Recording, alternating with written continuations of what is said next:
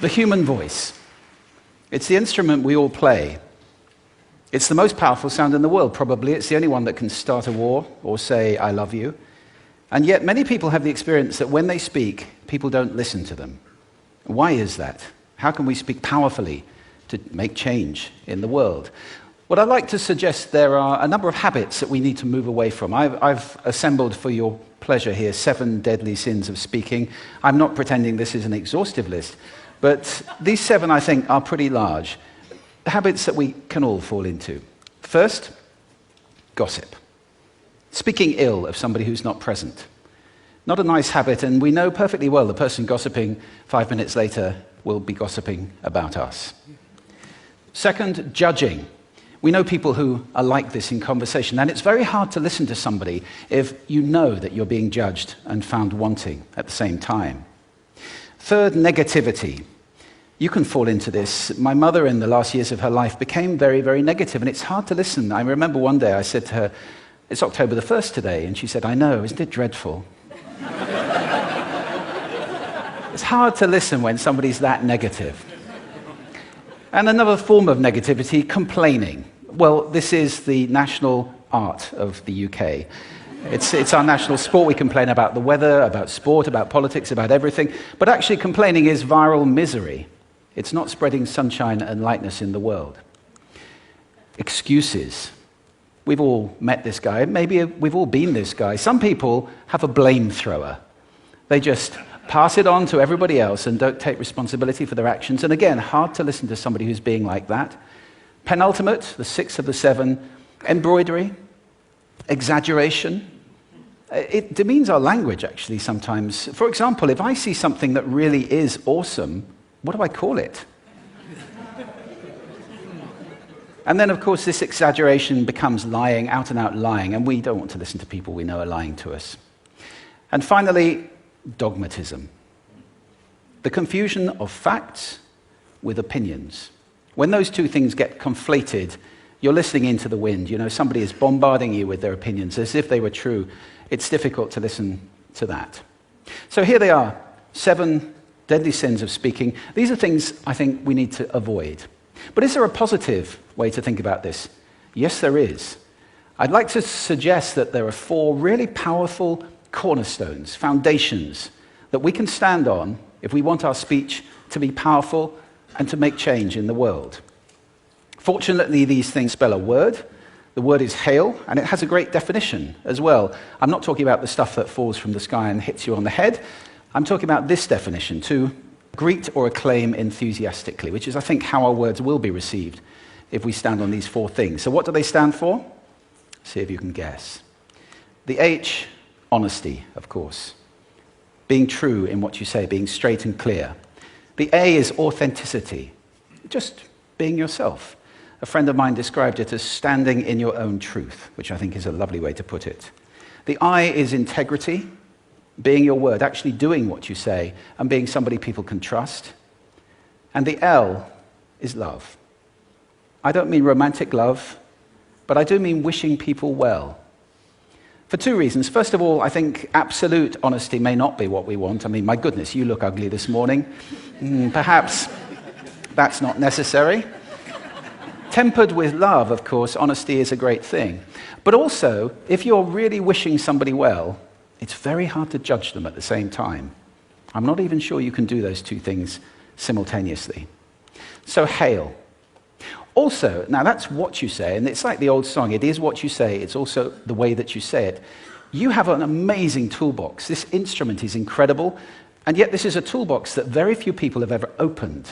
I'd like to have a little rummage in there with you now, and just pull a few tools out that you might like to take away and play with, which will increase the power of your speaking. Register, for example. Now, falsetto register may not be very useful most of the time, but there's a register in between. I'm not going to get very technical about this for any of you who are voice coaches. You can locate your voice, however. So if I talk up here in my nose, you can hear the difference. If I go down here in my throat, which is where most of us speak from most of the time, but if you want weight, you need to go down here to the chest. You hear the difference? We vote for politicians with lower voices. It's true, because we associate depth with power and with authority. That's register. And we have timbre. It's the way your voice feels. Again, the research shows that we prefer voices which are rich, smooth, warm, like hot chocolate. Well, if that's not you, that's not the end of the world, because you can train. Go get a voice coach. And there are amazing things you can do with breathing, with posture, and with exercises to improve the timbre of your voice. Then prosody. I love prosody. This is the sing-song, the meta-language that we use in order to impart meaning. It's route one for meaning in conversation. People who speak all on one note are really quite hard to listen to if they don't have any prosody at all. That's where the word monotonic comes from, or monotonous, monotone. Also, we have repetitive prosody now coming in, where every sentence ends as if it were a question, when it's actually not a question, it's a statement. And if you repeat that one over and over, it's actually restricting your ability to communicate through prosody, which I think is a shame. So let's try and break that habit. Pace. I can get very, very excited by saying something really, really quickly, or I can slow right down to emphasize. And at the end of that, of course, is our old friend, silence. There's nothing wrong with a bit of silence in a talk, is there? We don't have to fill it with ums and ahs. It can be very powerful. Of course, pitch often goes along with pace to indicate arousal, but you can do it just with pitch. Where did you leave my keys? Where did you leave my keys? It's a slightly different meaning in those two deliveries. And finally, volume. I can get really excited by using volume. Sorry about that if I startled anybody. Or I can have you really pay attention by getting very quiet. Some people broadcast the whole time. Try not to do that. That's called sodcasting. Imposing your sound on people around you carelessly and inconsiderately. Not nice. Of course, where this all comes into play most of all is when you've got something really important to do. It might be standing on a stage like this and giving a talk to people. It might be proposing marriage, asking for a raise, a wedding speech, whatever it is. If it's really important, you owe it to yourself to look at this toolbox and the engine that it's going to work on. And no engine works well without being warmed up. Warm up your voice. Actually, let me show you how to do that. Would you all like to stand up for a moment? I'm going to show you the 6 vocal warm-up exercises that I do before every talk I ever do. Anytime you're going to talk to anybody important, do these. First, arms up. Deep breath in and sigh out. Like that. One more time. Very good. Now we're going to warm up our lips, and we're going to go bop, bop, bop, bop, bop, bop, bop, bop. Very good. And now,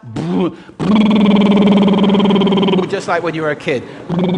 Now your lips should be coming alive. We're going to do the tongue next with exaggerated la, la, la, la, la, la, la, la, la. Beautiful. You're getting really good at this. And then roll an R. That's like champagne for the tongue. Finally, and if I can only do one, the pros call this the siren. It's really good. It starts with we and goes to or. The we is high, the or is low. So you go wee, or wee. Fantastic. Give yourselves a round of applause. Take a seat. Thank you. Next time you speak, do those in advance. Now, let me just put this in context to close. This is a serious point here. This is where we are now, right? We speak not very well into people who simply aren't listening in an environment that's all about noise and bad acoustics. I have talked about that on this stage in different phases. What would the world be like if we were speaking powerfully to people who are listening consciously in environments which were actually fit for purpose? Or to make that a bit larger, what would the world be like if we were creating sound consciously and consuming sound consciously and designing all our environments consciously for sound?